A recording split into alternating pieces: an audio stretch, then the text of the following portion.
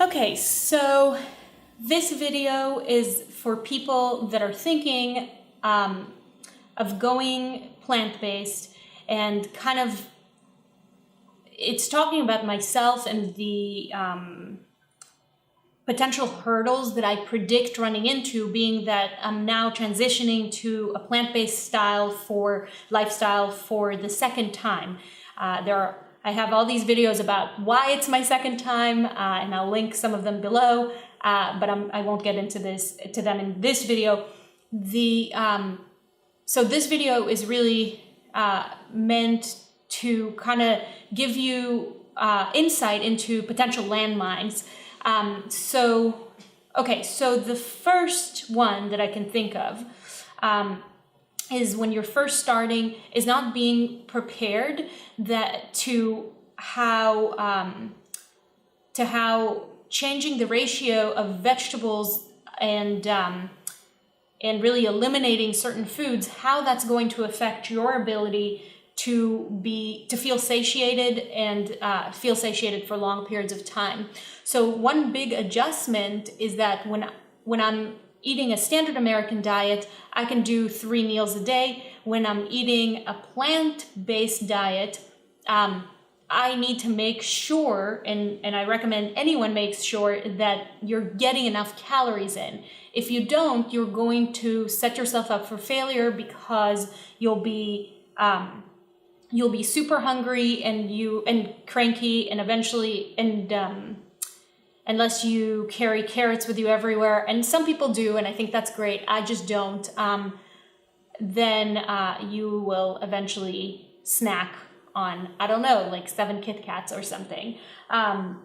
So the idea, and those calories, again, it's called plant-based, but it's not just, but potatoes are plants too, and so are legumes. So the idea is to go for, to allow yourself to have enough of those relatively high density foods in your diet, and not just try to just stuff yourself with green leafy vegetables, which are great, and if you have them at every meal, congratulations, I think that's wonderful, but you do have to make sure that you're getting enough calories to not always be hungry. So I work 10 to 12 hour days most days. Usually I'll work at the office, and then I'll work a little at home. I work most weekends, and one thing with this diet that is markedly different from a standard American diet is that you do a lot of the cooking, and you really have to think in advance about when you're going to do that cooking. If you're like me and you do have serious constraints on your time. I don't have kids, but certain people work full-time and have kids, and so the way I've been doing it, or the way I did it before and the way I think I'm going to do it now, is to basically focus on my cooking into one day of the weekend. So for example, this is Saturday night, and I have these 2 pots. This is the quiet after the storm. So I basically picked out everything that I was going to make, and then I made it, and then I put it into little boxes. If I wouldn't do it that way, I don't think that this will be practical for a person with my type of schedule. I also had to make a certain sacrifice at work and explain to them that when they are all going out to eat together, I'm going to have to bring my own food. Now, to a lot of people, that is a professional sacrifice that they can't imagine making. However, for me, my health just had to take precedence after certain test results came in. Basically, I have high cholesterol running in my family, which is wonderful. But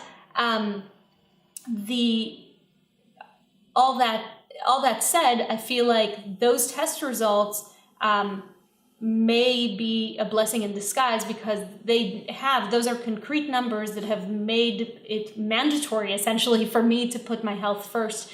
And I do think that ultimately once I leapt, once I took the leap and